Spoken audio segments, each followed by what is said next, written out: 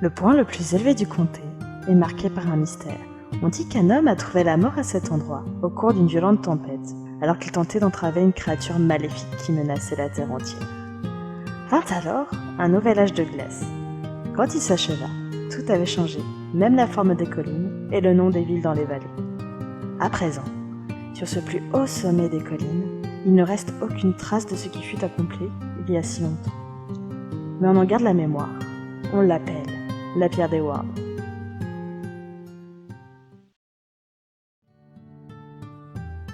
Chapitre 2. En chemin.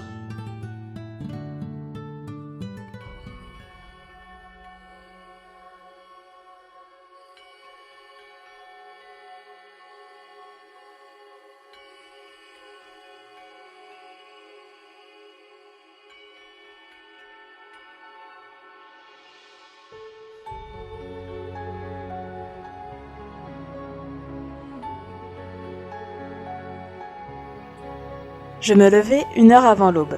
Maman était déjà dans la cuisine préparant des œufs au bacon, mon petit déjeuner préféré. Papa descendit au moment où je nettoyais mon assiette avec une tranche de pain.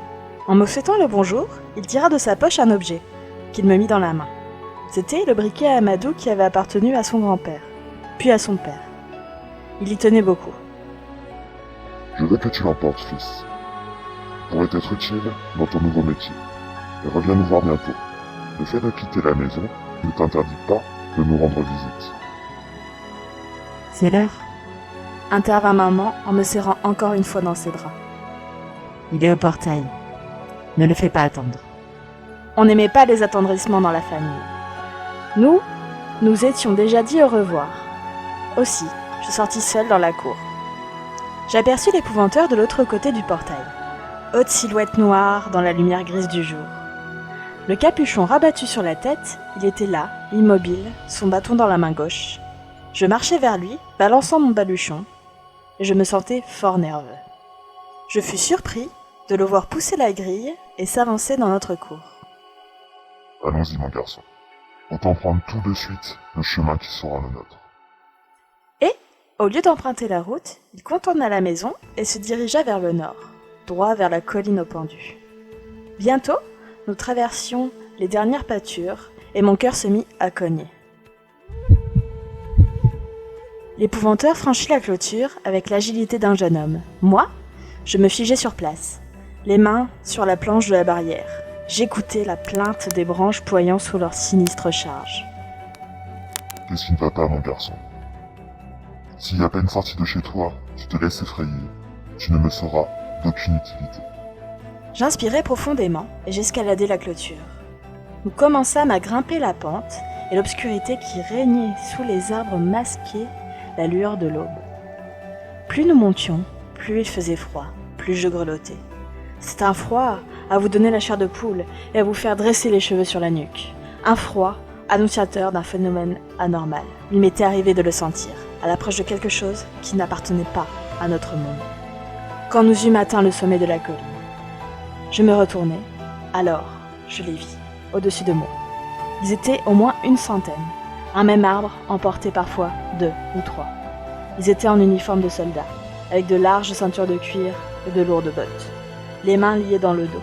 Certains se débattaient avec l'énergie du désespoir, et la branche à laquelle ils étaient accrochés pliait et remontait. D'autres tournoyaient lentement au bout de la corde, d'un côté puis de l'autre.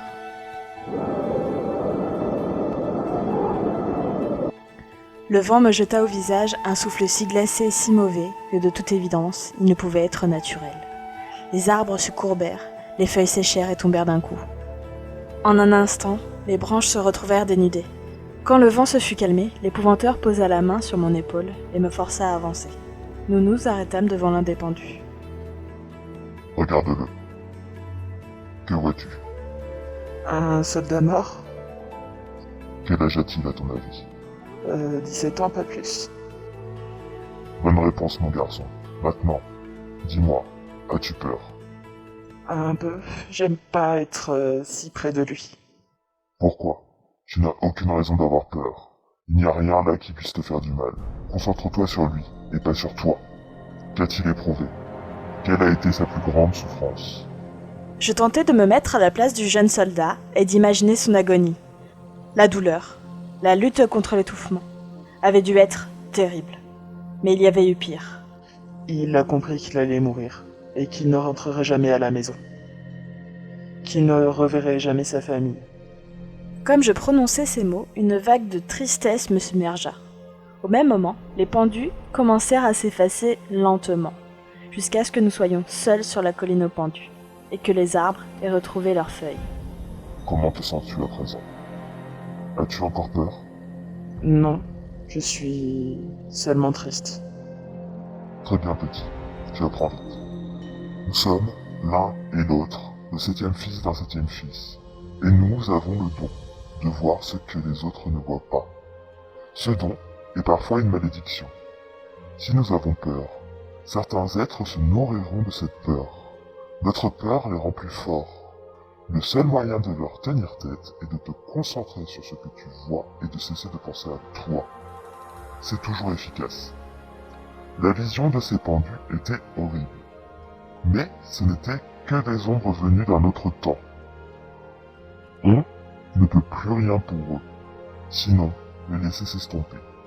Dans une centaine d'années, il n'en restera rien. J'eus envie de lui raconter ce que maman avait obtenu d'eux une fois. Mais je me tus, craignant de le contrarier. Ça n'aurait pas été une bonne façon de débuter. Lorsqu'il s'agit de fantômes, c'est différent. Il est possible de parler avec les fantômes et de leur faire entendre raison. Les aider à prendre conscience qu'ils sont morts est un acte de bienveillance. C'est une étape importante pour les encourager à s'en aller. Un fantôme est le plus souvent un esprit affolé, retenu sur cette terre sans qu'il ait compris ce qui lui arrive. Il est donc en grand tourment.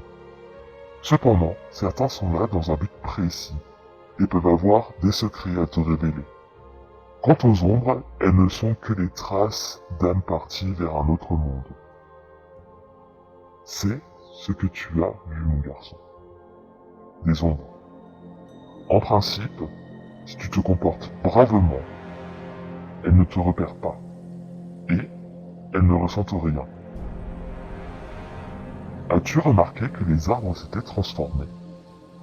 Oui, les feuilles sont tombées comme en hiver. Puis, les feuilles sont revenues. Cette vision appartenait au passé. Une ombre est un reflet dans les temps de la mémoire. L'être dont elle est l'image n'est plus là depuis longtemps. Tu comprends? Je hocha la tête. Bien. C'était ta première leçon. Nous aurons affaire aux morts de temps à autre. Autant t'y habituer tout de suite. Allons-y. Il nous reste un long chemin à parcourir. Et, à partir de maintenant, tu porteras ceci. L'épouvanteur me tendit son gros sac de cuir et, sans un regard en arrière, descendit la colline. Entre les arbres, on distinguait au loin le ruban gris de la route qui serpentait à travers le patchwork, vert et brun des champs, en direction du sud. Tu as déjà voyagé, petit? Tu connais un peu le comté? J'expliquai que je n'avais pas parcouru plus de 6 miles autour de la ferme de mon père. Mon plus long voyage m'avait mené au marché local. Il grommela quelque chose dans sa barbe. J'en déduisis qu'il n'était guère content de ma réponse. Eh bien, ta vie de voyageur commence aujourd'hui. Nous nous rendons dans un village du sud appelé Orshaw. C'est à une quinzaine de miles à vol de corbeau. Il nous faut y être avant la nuit. J'avais entendu parler d'Orshaw. C'était un village de mineurs bâti au cœur du plus grand gisement de charbon du pays, et qui comptait une douzaine de puits. Je me demandais pour quel genre de travail on appelait l'épouvanteur. Il marchait à grandes enjambées sans ralentir l'allure. J'eus vite du mal à le suivre. En plus de mon baluchon, j'étais à présent chargé de son sac, qui me semblait plus lourd à chaque minute. Puis, comme pour rendre notre progression encore plus pénible, il se mit à pleuvoir. Soudain, environ 1 heure avant midi, l'épouvanteur s'arrêta. Il se tourna et me regarda durement. J'étais bien à 10 pas derrière. Les pieds me brûlaient et j'avais un point de côté. La route était guère qu'un chemin dont la poussière se transformait en boue. En levant la tête vers mon maître, je trébuchai, glissai et faillis tomber. Il me réprimanda d'un claquement de langue. Tu as un étourdissement, petit? Je fis non de la tête. J'aurais voulu soulager un peu mon bras, mais poser son sac dans la gadoue me paraissait pas être la bonne chose à faire. À la bonne heure. Lança-t-il en esquissant un sourire. La pluie dégoulinait de son capuchon et lui mouillait la barbe. N'accorde aucune confiance à un homme sujet aux étourdissements. C'est un conseil dont tu tâcheras de te souvenir. Mais je me sens très bien.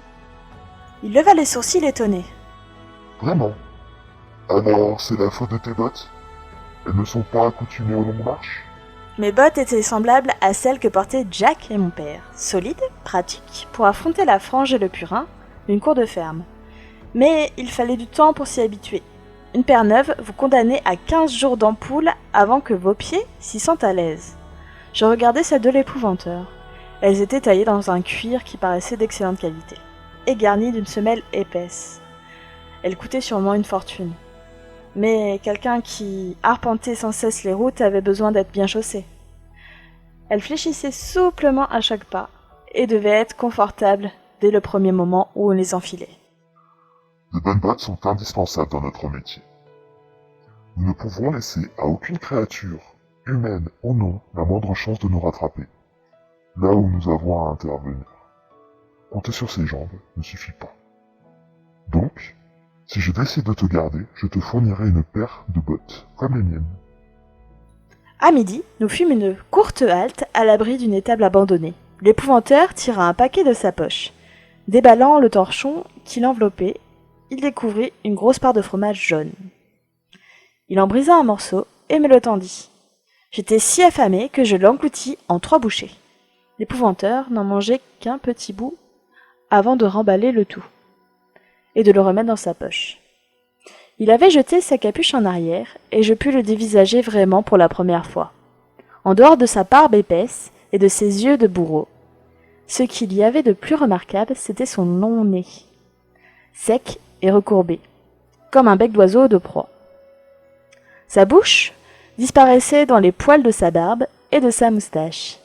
Au premier regard, cette barbe semblait grise. En l'observant aussi discrètement que possible, j'y repérais des traces de rouge, de noir, de brun, de toutes les couleurs, comme l'arc-en-ciel. Plus tard, je m'aperçus que cela dépendait de la lumière. À ma chandelle, caractère bon. Déclarait souvent mon père. Il prétendait que beaucoup d'hommes portaient la barbe pour dissimuler ce défaut. Or, celle de l'épouvanteur, bien que fournie, laissait deviner une forte mâchoire carrée. Et lorsque sa bouche s'ouvrait, elle révélait une rangée de dents pointues, mieux faites pour déchirer de la viande rouge que pour mâcher un morceau de fromage. Je constatai avec un frisson qu'il m'évoquait un loup. Et pas seulement par sa physionomie, il était une sorte de prédateur qui chassait dans le noir. Son maigre régime de fromage devait le tenir sans cesse affamé et hargneux. Si je terminais mon apprentissage, un jour, je serais pareil à lui. Tu as encore faim, petit? Me demanda-t-il, ses yeux verts plongés dans les miens, avec une telle intensité qu'il me donna le vertige. J'étais trempée jusqu'aux os, j'avais mal aux pieds, et, plus que tout, mon estomac criait famine. J'opinai donc, espérant qu'il allait m'offrir une autre part de fromage. Il se contenta de secouer la tête en grommelant je ne sais quoi. Puis, il me lança à nouveau un regard aigu. Tu t'habitueras à souffrir de la faim. Nous ne mangeons guère quand nous travaillons. Et si la tâche est particulièrement ardue, nous ne prenons aucune nourriture avant de l'avoir achevée. Le jeûne est indispensable. Il nous rend plus forts, moins vulnérables dans l'obscurité. Autant t'y accoutumer dès aujourd'hui, car, à Orcho, tu te soumettras à un test. Tu passeras la nuit dans une maison hantée. Seul, je saurai ainsi de quel bois tu es taillé.